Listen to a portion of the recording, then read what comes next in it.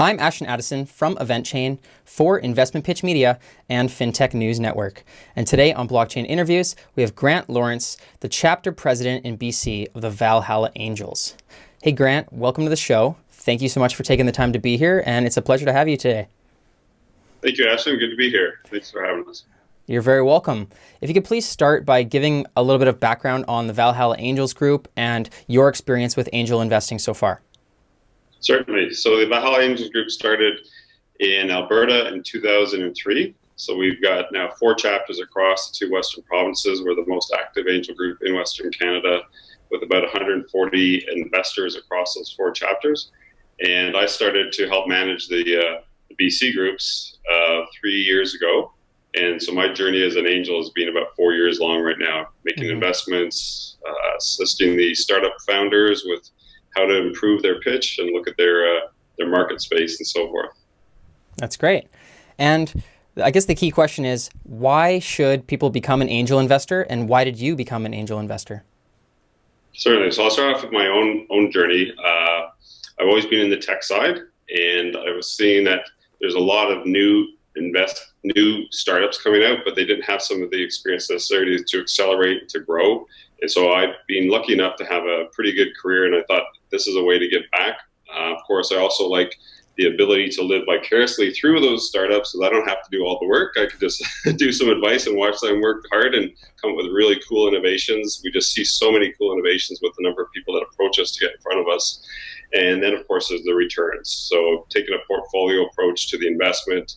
So you're going to have some winners, some losers, and of course, maybe a couple home runs here and there to make up for everything else and to even it out and give a good return. So there's, a lot of people have different reasons, but those are my reasons. Some are philanthropy investors. Others want to change the world by investing with their dollars and voting where they're going to place an impact investment, let's say, for a social cause, or clean fuel, green investments, and so forth. So there's a lot of different reasons for people to get into it. And we're seeing people that are retired that are well off want to also give back. So we're seeing an awful lot of people come out as advisors, as mentors, as people that can make introductions to key industries and key businesses. And of course, being able to participate and be on the board of directors eventually when they're big enough to have a board. Mm-hmm.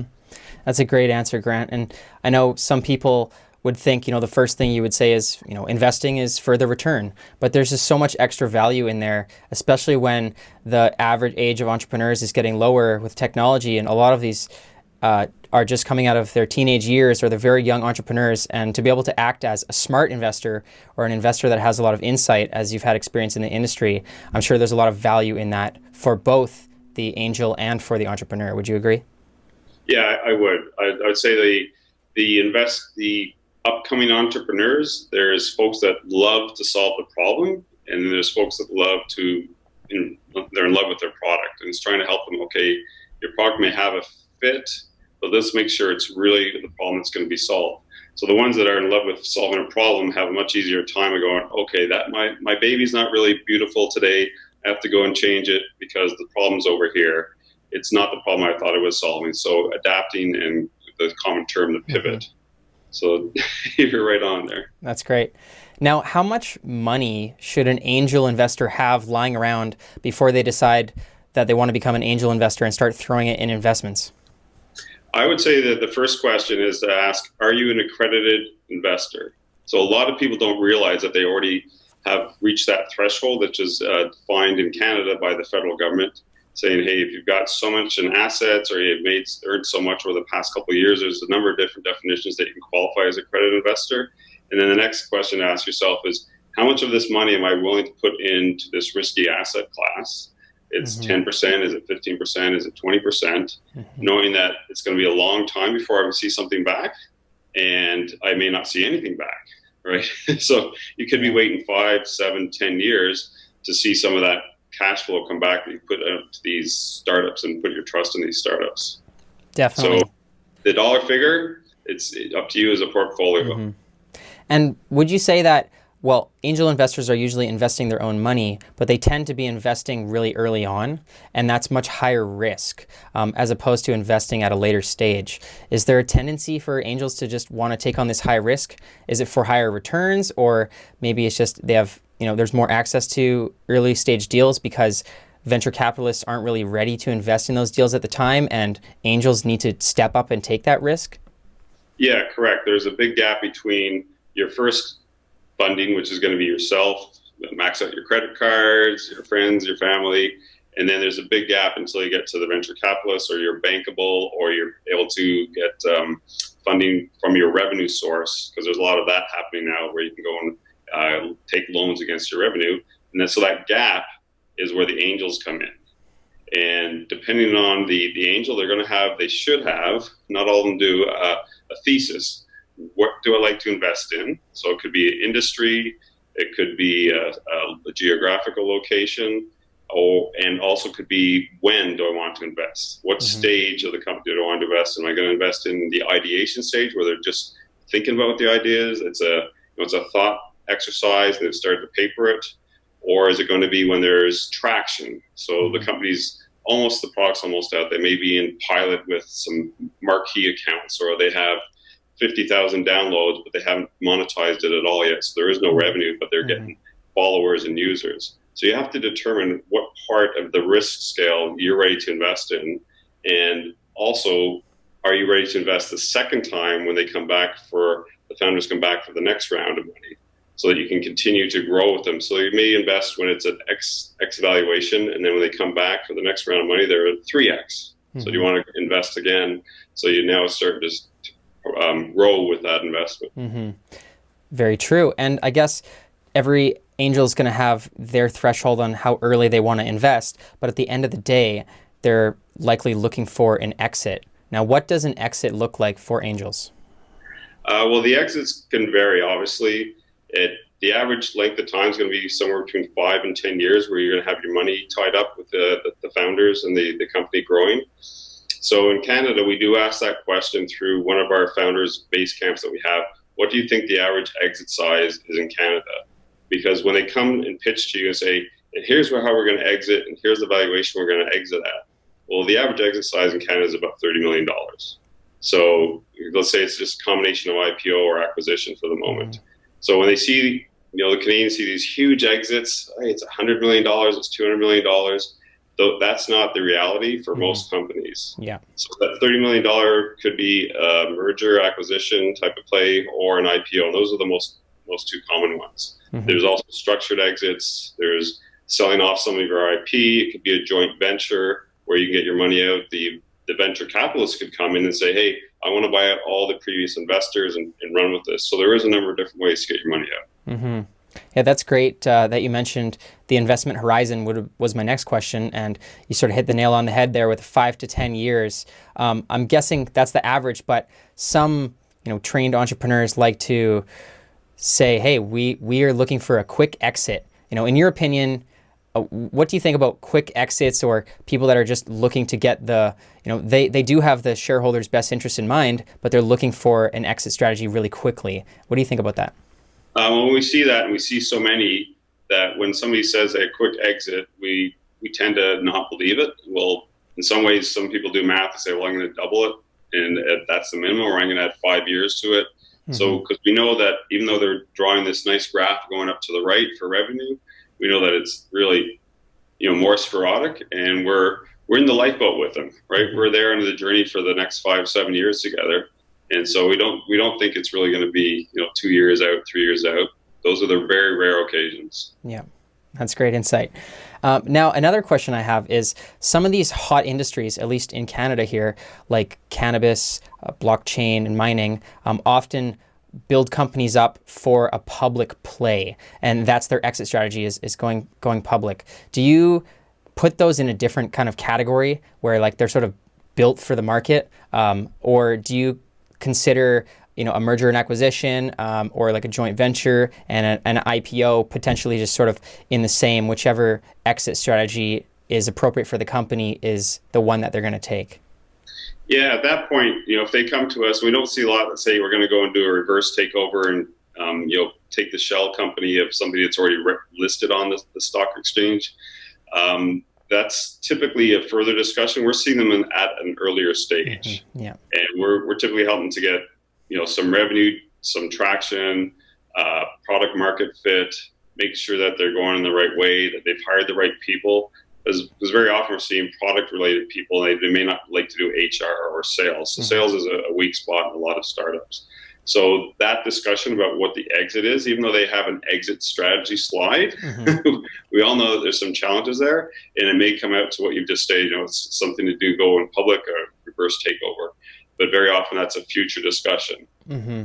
And to further that, when you have the average exit at 5 to 10 years from now, at 10 years, pro formas and exit strategies almost 99.9% of the time change within even 2 years, right? Yes, definitely. You're right in the know. So that comes back to looking at the team as well. So if somebody's already got experience and they've proven they can do growth, then that makes you much more confident to say, okay, these pro formas, even though we know their best guesses, we have a little more confidence than somebody that says, okay, this is my first time at the rodeo. I'm going to see what we can do, and telling us these are true. So we really do discount pro formas just because it's so far out. Now, if they're on the other hand, if they come to us and say, here's my top 9 customers, I'm already $1 million in revenue, and here's my pipeline, and we know the proven predictable sales cycle, then you go, okay, your pro formas have a lot more weight. Yeah, definitely. Once the cash flows start coming in, and you have historical cash flows, it's a lot easier to predict future cash flows. But a lot of these early stage startups for angels are pre-revenue, right? They're pre-revenue. I would say a few of them get through our deal screening process for pre-revenue because we do try to optimize their opportunity to raise capital through our members. Meanwhile, we want to make sure that the members are going to say, hey, that's really a good tech, good team, good product fit, and I'm interested to invest. So we're bringing both of them together to ensure that they have a high success rate. We're somewhere around over 33% of the companies that do make it through our deal screening raise money. So that's a pretty big number. So we do a very good job of helping them out going forward. That's great. Congratulations. Now, we talked a little bit about this before, but some of these investments turn into what you like to call zombies. Now, could you explain what a zombie is to the viewers? Right. So there's a couple different classes of zombies. So one is that it's turned into a lifestyle company. So the founders are very successful. They got their customer base. They're churning money in. It's giving them a great amount of cash in their own pocket because they're paying themselves well. But they haven't yet given back to the investors. That could be family, friends. So they may have some difficult discussions with family and friends around Christmas time. And then, of course, the early investors being the angels. So that's one. It's a lifestyle company. The other one is the zombies where they're going up and down and up and down. They just maybe keep on raising money and then, we got one more customer. So those that go on for 10, 12 years, you haven't recognized any revenue back to yourself, any return. And at the same time, you can't go, okay, that's enough. You have to go and declare bankruptcy and close the company. So at least I can write off against my taxes something. So that's a zombie. They're not exploding like they said they were, and they're just floating along down the river. Yeah, that's great. And now, what advice would you give to entrepreneurs that are interested in reaching out to Valhalla or looking for angel investments?